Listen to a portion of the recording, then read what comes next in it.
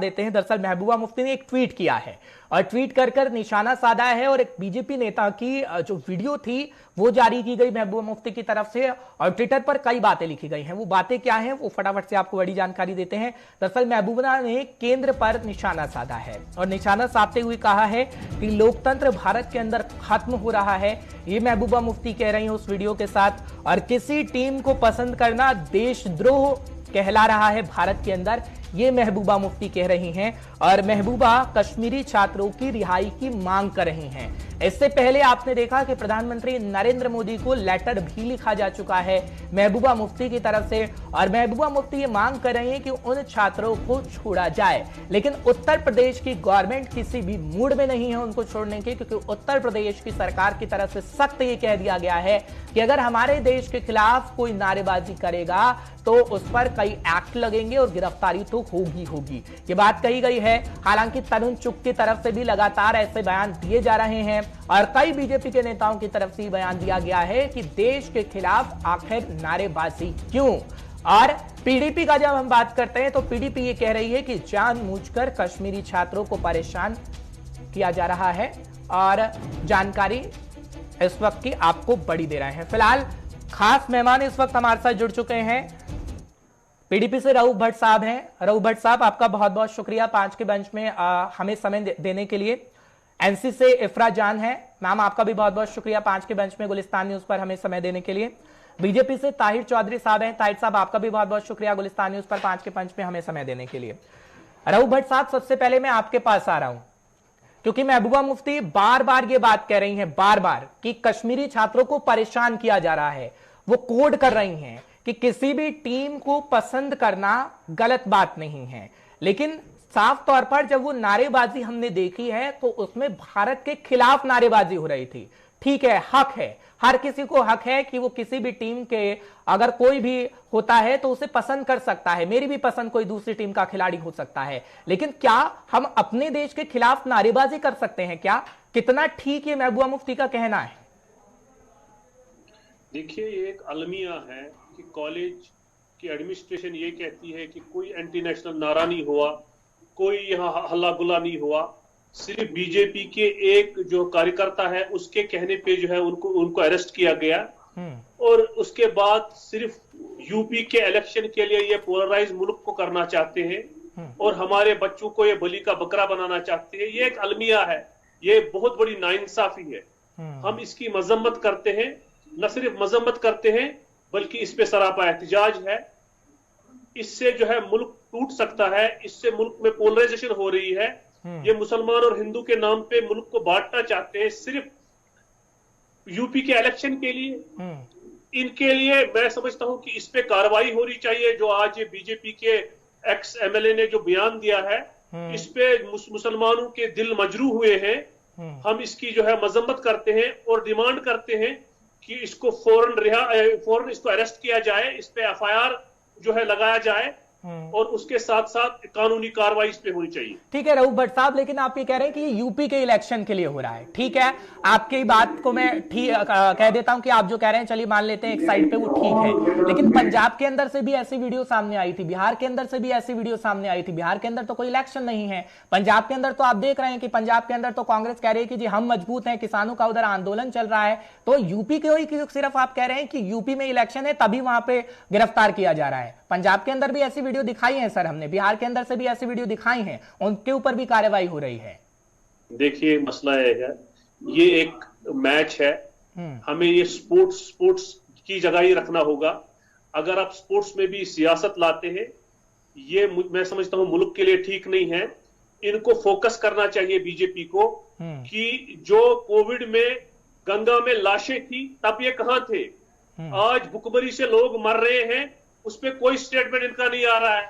अच्छा। आज सारे अनएम्प्लॉयमेंट करोड़ों की तादाद में यहाँ अनएम्प्लॉयमेंट लोग हो रहे हैं, उनका जॉब जा रहा है, उस पर कोई यानी सियासत आप नहीं कर रहे हैं। आप सियासत नहीं कर रहे हैं। आम जो रोजमर्रा की चीजें आ रहा हूं ताहिर साहब आपके पास। उनका रेट कितना ज्यादा। चलिए ठीक है, एक एक कमेंट में ले लेता हूं, फिर इस चर्चा को आगे बढ़ाता हूं। इफ्रा मैं आपके पास आ रहा हूं, ताहिर जी फिर आता हूं आपके पास। ठीक है, स्टेटमेंट नहीं आ रही। ठीक है भट्ट साहब मैं आ रहा हूं। इफ्रा, क्या आप इस बात से वाकिफ रखती हैं खासतौर पर कि क्या ठीक है, टीम की पसंद हो सकती है, मैंने अपना भी एग्जांपल दिया, मैं किसी भी टीम के खिलाड़ी को पसंद कर सकता हूं, लेकिन क्या किसी देश, अपने देश के खिलाफ क्या नारेबाजी करना सही है, जिसको लेकर ये पीडीपी कह रही है खास तौर पर। और युवाओं का जब हम जिक्र करते हैं, युवाओं को क्यों भटकाने का काम हमेशा से किया जाता रहा, क्यों सही राह पर हम नहीं लेके आते, युवा को बताते नहीं है उनका एजेंडा खास तौर पर। देखिए, हर के दो केसेस हैं, आप दोनों को मिक्स कर रहे हैं। एक केस जो है आगरा का केस है, जहां पे कुछ बच्चों ने, एक बच्चे ने इनफैक्ट स्टेटस रखा था, congratulations to Pakistan team even though both teams played well. क्या उस पे, इस बात पे व्हाट्सएप स्टेटस पे सेडिशन का केस लगाना जायज है? आप खुद बोल दीजिए। और इस व्हाट्सएप स्टेटस पे सेडिशन लगा है, जबकि कॉलेज की जो अपनी एडमिनिस्ट्रेशन है वो सामने आके कहती है कि किसी को व्हाट्सएप पे कांग्रेट्स टू पाकिस्तान टीम लिखने पे सेडिशन का केस नहीं लग सकता है। It is as simple as that. जहां तक दूसरी वीडियो की बात आती है, जो वीडियो, एक ही वीडियो इनफैक्ट जो श्री से वीडियो निकला था, जहां पे अपेरेंटली सेलिब्रेशन हो रहा था। आज जीएमसी की इंटरनल इंक्वायरी कमेटी जो है, उन्होंने कहा है ये कंप्लीटली फेक वीडियो है।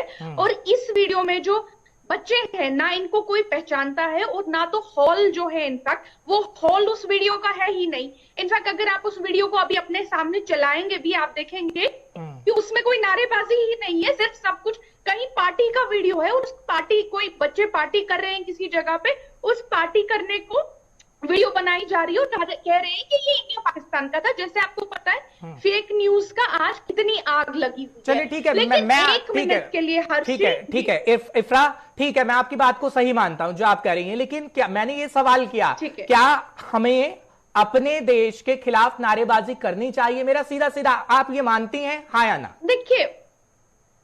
देखिए एब्सोल्युटली बिल्कुल भी नहीं। किसी को भी किसी देश के खिलाफ नारेबाजी करने से सिर्फ एक दूसरे के इमोशंस प्रोवोक हो जाते हैं, इससे किसी को कुछ मिलता नहीं है। लेकिन इन बच्चों पे यूएपीए जैसे एंटी टेरर लॉज लगाना जो है वो गैर कानूनी है, वो भी सही बात है, वो भी आपको मानना पड़ेगा।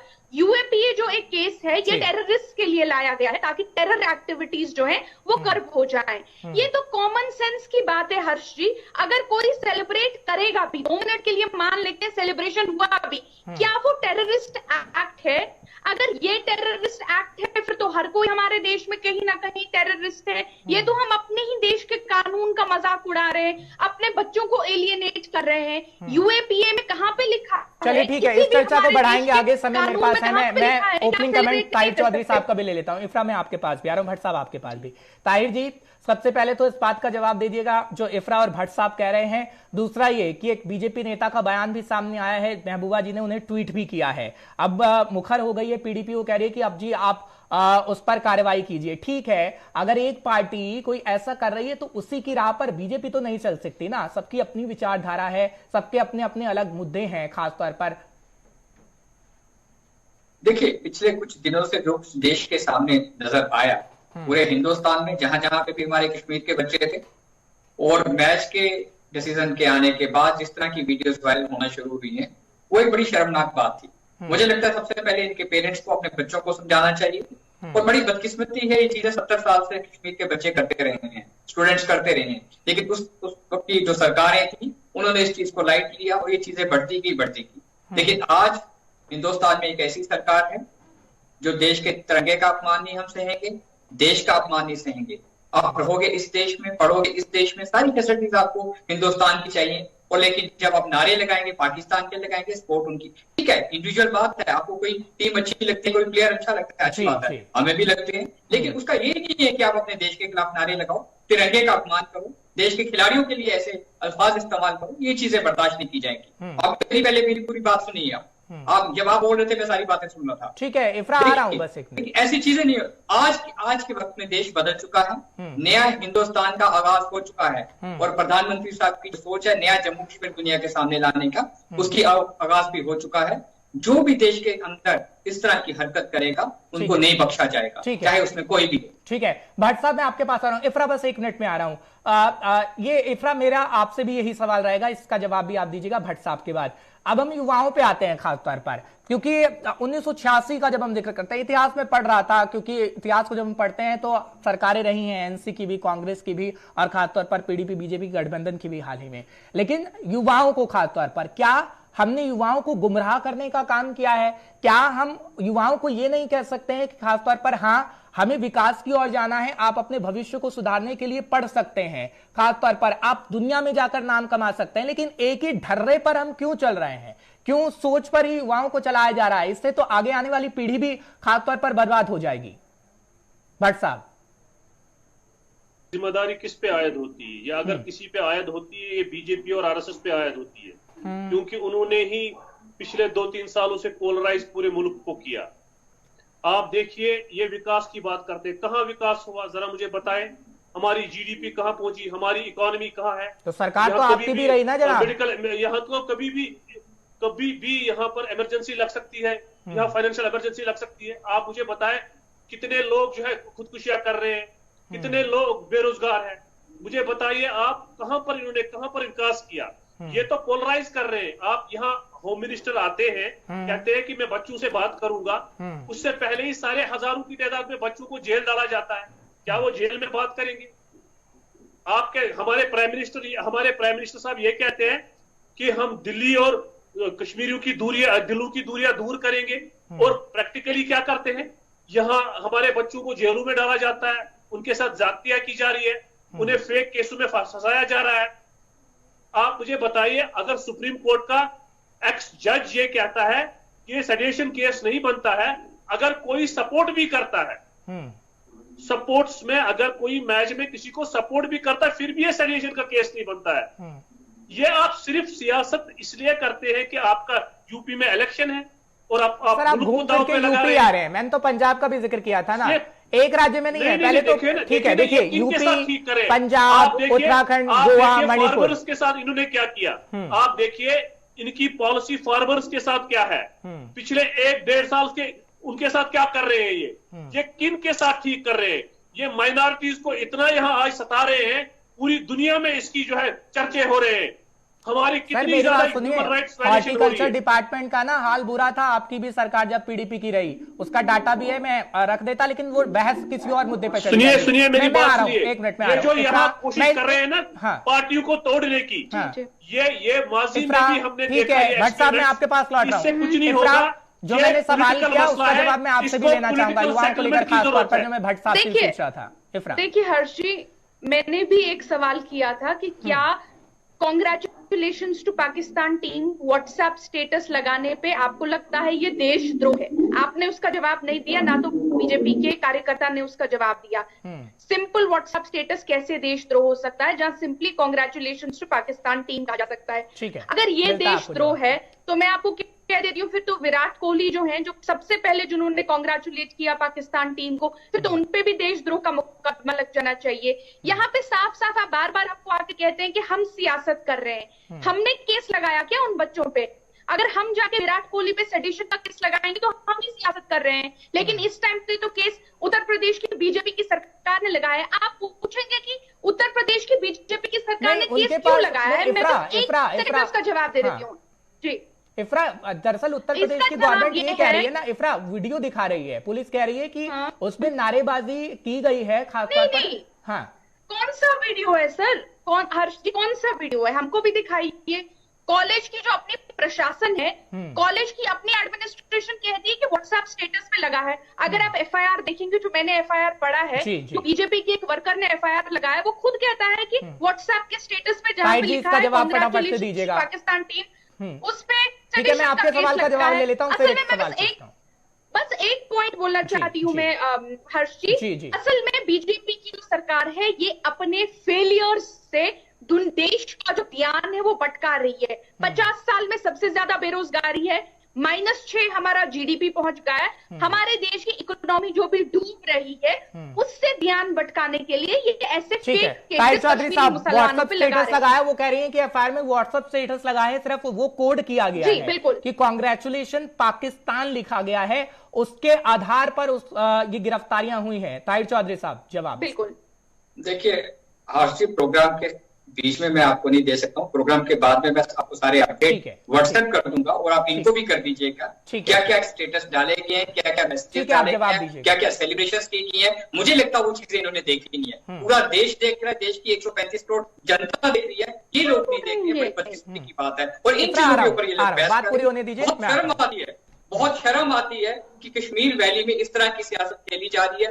हर चीज को घुमाया जा रहा है, बात को जीडीपी पे लेके जाया जा रहा है, बेरोजगारी पे लेके। भाई मुद्दा इस टाइम पे जो चल रहा है देश की इज्जत का चल रहा है। आप जिस देश में रहते हो उस देश की इज्जत करना सीखो, तिरंगे का मान करना सीखो, अपने देश के बारे में सोचो। आप रहते आप यहाँ पे हो, आप लोगों को माफ नहीं किया जाएगा। ये देश का सीधा सा जो एक सवाल है, देश का पूरे देश की 135 करोड़ जनता इस चीज, देश की सरकार से ये चीज मांग रही है कि इन लोगों से आप पूछिए कि इन लोगों ने सेलिब्रेशन क्यों की, क्यों वहां की तरफ इतना प्यार जताया जाता है हर बार। इस तरह की चीजें अब नहीं चलेंगी। देश बदल चुका है, इसलिए यहाँ के अवाम को भी बदलना पड़ेगा, अपने बच्चों को भी बदलना पड़ेगा। आपके पास फटाफट से जवाब, भट्ट साहब के पास भी जाना है, टाइम थोड़ा कम है। इफरा भाई, इन्होंने शायद एफआईआर अभी तक देखा भी नहीं है। अगर एफआईआर देखा है, इनको हमने 3 छात्रों को सारे अपडेट दीजिए ना, अभी भेजूंगा। ठीक है, मुझे समय ऐसे भी हो जाता है भाई साहब, आवाज नहीं आती है। मेरे को दरअसल दर्शकों को समझाना है भाई साहब। इफ्रा फटाफट से। पहली बात तो बीजेपी का वर्कर जो है, अगर आप वो एफआईआर पढ़ेंगे जो पब्लिक डोमेन में बीजेपी के वर्कर ने खुद लाई है, वहां साफ साफ लिखा है कि इन्होंने व्हाट्सएप स्टेटस रखा था, कांग्रेचुलेशंस टू पाकिस्तान टीम। लेकिन जो बीजेपी के स्पोक्स पर्सन है, उनको नेशनल टीवी पे कुछ शर्म आ रही है। इफ्रा मैं आपको यहाँ पे रोकना चाहूंगा। इफ्रा एक मिनट। ठीक है, आप उत्तर प्रदेश का जिक्र करें, लेकिन पंजाब के अंदर हमने खुद खबर चलाई है, बाकायदा मैं ही एंकर था उसमें। पंजाब के अंदर भी ऐसे नारे, ठीक है, मैं आपको पूरी बात बता देता हूँ ना। अरेस्ट नहीं हुआ, लेकिन माना है ना, वो कश्मीरी छात्र खुद प्रेस कॉन्फ्रेंस कर रहे थे कि आप ठीक है। इफ्रा बोलिए। उत्तर प्रदेश में जो हुआ उसका भी जवाब इन्होंने नहीं दिया क्या? पंजाब में जो हुआ उसका जवाब पंजाब की सरकार ने। वही बात तो है ना, हमें सब चीजों को लेना होगा ना, क्योंकि छात्र तो एक स्टेट में नहीं है, उनका भारत है, वो किसी भी राज्य के अंदर जाके पढ़ सकते हैं, उनका भारत है। हाँ, छात्रों की बात कर रहे हैं, ठीक है, लेकिन सभी छात्रों की बात करिए ना, सिर्फ उत्तर प्रदेश को कोड मत करिए, आप पंजाब के छात्रों की भी बात करिए। सब जगह से वीडियो आया है। देखिए पंजाब में, मैंने तो आपकी बात सुनी, मैंने आपको अपनी बात को पूरा करने दिया। इफ्रा हर्ष जी, पंजाब में कश्मीरी छात्रों पे बहुत सारे अटैक्स हुए, क्या आपने वो अटैक्स लाइव दिखाए? और उन अटैक्स की वजह से आज पंजाब की जो सरकार है, उन्होंने बहुत अच्छे से उन बच्चों को जिन्होंने पंजाब स्टूडेंट्स पे अटैक किया, उनको अपने हॉस्टलों से बाहर निकाल दिया गया है। पंजाब की सरकार ने कश्मीरी बच्चों के अधिकार है ना। इफ्रा सियासत हर कोई कर रहा है, इफ्रा सियासत हर कोई कर रहा है, इस बात को मानिए। हर एक पार्टी सियासत कर रही है, हर एक पार्टी, बीजेपी कर रही है। ठीक है, मैं लौट रहा हूं आपके पास। भट्ट साहब कुछ कहना चाह रहे हैं, ठीक है। इफ्रा भट्ट साहब फटाफट से। दिल्ली में आज अगर सियासत चल रही है, कश्मीर सेंट्रिक पॉलिटिक्स कर रही है, कश्मीरियों को मारकर, कश्मीरियों को जेल भेजकर ये वोट ले रही है, ये कहां का इंसाफ है?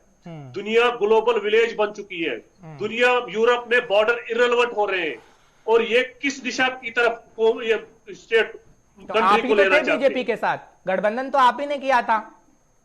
आप सुनिए मेरी बात, हमने तब भी कहा था कि ये एक मसला है, मसले कश्मीर, इस पे पेशरफ्त होगी। दुनिया में जो ये डिफेंस की रेस है, आर्म्स की रेस है, ये खत्म होकर हमारे नेबर से हमारे मसले हल होकर पैसा लोगों पे लगना चाहिए, ताकि ये देश प्रॉस्पर हो जाए, हम आगे चले, दुनिया यहाँ पीस आकर ही तरक्की हो सकती है।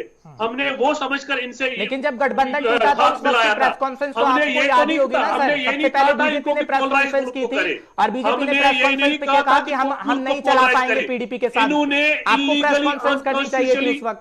370-35A को हटाया, इन्होंने कौन सा काम लीगली किया? इन्होंने हर काम इलीगली और सुप्रीम कोर्ट के अंदर वो तो है ना मसला। हमारी बच्चों की नौकरियां मत ले जाइए, हमारे देखिए टाइम वेस्ट होगा, टाइम वेस्ट होगा भट्ट साहब, हमारी जमीनें छीन रहे हैं, टाइम वेस्ट हमारे होगा भट्ट बच्चों को साहब। फंसा रहे हैं, 370 का मसला तो सुप्रीम कोर्ट के अंदर है, आप सुप्रीम कोर्ट के अंदर जा सकते हैं, वहां पर लड़ सकते हैं। आपको किसने मना किया है सर 370 के लिए? चिल्लाने से नहीं होता है। इफ्रा बोल रही है अपनी बात को, साहिब साहब बोल रहे हैं, आप उसी आधार पर बात रखिए। उन पे ये सियासत कर रहे हैं, हमारे खून पे ये सियासत कर रहे हैं, ये कहां का इंसाफ है? सियासत आपने भी की है सर, सियासत आपने भी की है, अगर कोई इनको दूध का धुला नहीं से है। लड़े, मैं बीजेपी को भी कह रहा हूँ, आपको भी कह रहा हूँ, इफ्रा को भी कह रहा हूँ, क्यों मार रहे हैं आप? भट्ट साहब, ताहिर जी फटाफट से किया? भट्ट साहब के सवालों का जवाब। ताहिर साहब देखिए हर्ष जी, प्रॉब्लम ये है इन रीजनल पार्टीज की, इन्होंने जो 70 साल में जो सियासत कश्मीर के अवाम से खेली है, कश्मीर के जमीनी सतह पे जो लोग हैं उनके साथ खेली है, उन लोगों को कभी ऊपर आने नहीं दिया। दो ही फैमिलीज अपना राज चलाती रही है, और आज जब इनको लग रहा है कि सब कुछ इनके हाथ से निकल गया, आज पीडीपी कहाँ पे है, आज नेशनल कॉन्फ्रेंस कहाँ पे है, जमीनी सतह पे ये लोग अपना वजूद खो चुके हैं, इनका घर से बाहर निकलना मुश्किल हो चुका हुआ है। या तो ये ट्वीट करते हैं या ये मैसेज करते हैं। एक ही पॉलिटिकल पार्टी है पूरे देश में और जम्मू कश्मीर में भी, भारतीय जनता पार्टी, जो पूरे कश्मीर में, पूरे जम्मू में घर घर में जा रही है, हर डिस्ट्रिक्ट में जा रही है। हमारे कार्यकर्ता 24/7 काम करते हैं। आज जम्मू कश्मीर के आवाम को इस चीज का एहसास हो चुका है कि वाकया पहली बार एक सरकार आई है प्रधानमंत्री नरेंद्र मोदी साहब की गवाही में, जो वादा वो करते हैं वो पूरा करते हैं, और इंशाल्लाह इफ्रा नेशनल कॉन्फ्रेंस के लिए पूछा जा रहा है कहां पर है, जॉब्स अगर देगी तो भारतीय जनता पार्टी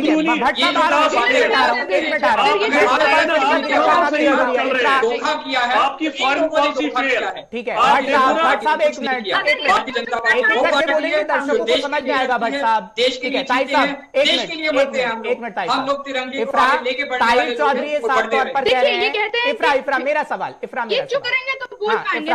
मेरा सवाल, ताहिर साहब का सबसे पहले तो ये है कि भैया एनसी कहां है खासतौर पर। अभी तो हम फारूक अब्दुल्ला साहब को देख रहे हैं कि वो जगह जगह जा रहे हैं, और हमने कुछ दिन पहले सर्वे भी किया था, उस सर्वे में ये कहा जा रहा था कि हाँ फारूक अब्दुल्ला साहब थोड़े से हैं ऊपर, पीडीपी का जिक्र था, लेकिन बीजेपी भी है और बीजेपी लाइन में सबसे आगे निकल जाएगी आगे आने वाले समय में। लेकिन नेशनल कॉन्फ्रेंस पर अभी बीजेपी आरोप लगा रही है कि जमीनी स्तर पर आप लोग काम नहीं कर रहे हैं, क्योंकि केंद्रीय गृह मंत्री अमित शाह तो साफ कर चुके हैं कि आगे आने वाले समय में इलेक्शन होने वाला है। उसको लेकर क्या तैयारी आप कर रही हैं, जवाब दीजिएगा जरा। देखिए, पहली बात तो इलेक्शन के लिए तैयारी तब होगी जब इलेक्शंस अनाउंस होंगे, और टू बी ऑनेस्ट जो बीजेपी की सरकार है इन्होंने यहाँ पे 4 साल से इलेक्शन साहब ऐसा नहीं लग रहा है कि फारूक अब्दुल्ला साहब इलेक्शन को लेकर काम नहीं कर रहे हैं। आप मुझे बोलने देंगे तो देखिए हर चीज आप मुझे बोलने देंगे तो मैं बोल पाऊंगी ना, बीच में टोकते रहेंगे तो मैं अपना पॉइंट नहीं रख पाऊंगी। देखिए, इलेक्शन के लिए तैयारी तब होती है जब सरकार जो होती है कहीं पे इलेक्शन करवाती है। यहाँ पे तो अभी यहाँ के लोगों के पास वोट भी नहीं है। स्टेट असेंबली को बनाने के लिए जम्मू और कश्मीर की आवाम से तो बीजेपी ने वोट छीन लिया। 1,20,00,000 लोगों से स्टेट असेंबली बनाने का वोट छीन लिया। वहां पे आप कौन सी सियासत करेंगे, वहां पे हम कौन सी जमीन पे रहेंगे जहां लोगों के पास वोट ही नहीं है, वहां लोगों की बीजेपी तो आपके नेता भी छीन रही है, इसीलिए बीजेपी बैठी है। बीजेपी तो आपके नेता भी छीन रही है। राणा साहब को आपने देखा ना बीजेपी में शामिल होगा, उसके बाद एक नहीं 37 कार्यकर्ताओं की खबर है कि वो तो जी राणा साहब के साथ चले गए। जिनको जाना है वो जा सकते हैं सर। देखिए फरहद साहब, मैं आपको हर्ष साहब मैं आपको बता दूं, 1930 से जब से नेशनल कॉन्फ्रेंस की सरकार रही है, दिल्ली ने कभी 22 साल हमको जेल लिया, फिर बख्शी को खड़ा किया, फिर उसके बाद फिर से हमको जेल लिया, फिर सादिक को खड़ा किया, फिर उसके बाद बीच में टोकेंगे तो मैं बोल नहीं पाऊंगी। देखिए, इस टाइम पे ये बीजेपी की जो सरकार है, लाइक द लास्ट 70 इयर्स, वो नेशनल कॉन्फ्रेंस को तोड़ने की कोशिश भरपूर कर रही है। उन्होंने प्रॉक्सी पार्टियां भी यहाँ पे शुरू कर दी हैं, जो इनकी बी टीम और सी टीम है। लेकिन उसका ये मतलब नहीं है कि बी और सी टीम है कौन, आप बताइए दीजिए ना। हमारे साथ है बी टीम सी टीम कौन है? बी टीम है इनकी, जी बी टीम है इनकी अपनी पार्टी, और सी टीम है इनकी पीपल्स कॉन्फ्रेंस। इनकी बी टीम भी है, सी टीम भी है। ठीक है, तो उसकी वजह से हम लोग नहीं अपनी पार्टी को आपने मैदान में उतारा है। ठीक है इफ्रा, समय कम है, मैं क्लोजिंग कमेंट एक ले रहा हूँ इफ्रा प्लीज। ताहिर साहब, अपनी पार्टी, आपकी पार्टी है जम्मू कश्मीर के अंदर, हालांकि अल्ताफ बुखारी साहब पीएम पे भी निशाना कभी कभी साथ देते हैं, आप पे तो साधते ही हैं, लेकिन आपकी पार्टी है अपनी पार्टी, और बी और सी। हर्ष जी, मजबूरी ये है, जो वहां पे लीडर्स देश की बात करते हैं, कश्मीर के अवाम की बात करते हैं, एक आम इंसान की बात करते हैं, तो इन लोगों का सीधा निशाना जाता है ये बीजेपी की बी पार्टी है, बीजेपी की सी पार्टी है। यहाँ पे लोगों की देखिए, ये लोग वो चीज बोल रहे हैं कि वाजपेयी साहब की जब हमारी पहली सरकार थी उसमें एनसी के लोगों ने अच्छे मजे उड़ाए हैं, ये तब हमारा हिस्सा थे ये लोग, आज बेशक अलग है, लेकिन हमारे दरवाजे खुले हुए हैं एनसी के लोगों के लिए। रोज हमारे पास ठीक है, आप टेलीविजन पर आमंत्रित कर रहे हैं कि आ जाइए जिसे आना है। ठीक है भट्ट साहब, फटाफट से कुछ शब्दों में अपनी बातों को रखिएगा, समय बहुत कम है। भट्ट साहब देखिए जब ये हमारे स्पेशल स्टेटस को इलीगली अनकॉन्स्टिट्यूशनली छीनते हैं, फिर उसको सेलिब्रेट करते हैं, हमारी स्टेट को ये यूनियन टेरिटरी बनाते हैं, हमें जलील करते हैं। अमित शाह तो कह रहे हैं कि आप सुनिए ना मेरी बात, सुनिए। उसके बाद क्या एक्सपेक्ट एक्सपेक्ट करते हैं आप? उसके बाद क्या एक्सपेक्ट करते हैं हमसे? जब आप बेइज्जत करते हैं उस टाइम आप बोलते नहीं है। जब हमारे साथ नाइंसाफी होती है तब आप कोई बात नहीं करते। मैं ये समझता हूं ये एक पॉलिटिकल मसला है, मसले कश्मीर। इसको पॉलिटिकली हल होना चाहिए, तब जाके यह दायमी अमन हो सकता है। चलिए ठीक है, मेरे पास समय बहुत कम था, आप तीनों से माफी चाहता हूं। इसका बहुत बहुत शुक्रिया। ताहिर जी आपका भी बहुत बहुत शुक्रिया। भट्ट साहब आपका भी बहुत बहुत शुक्रिया आने के लिए और कहीं ना कहीं चर्चा में शामिल होने के लिए। फिलहाल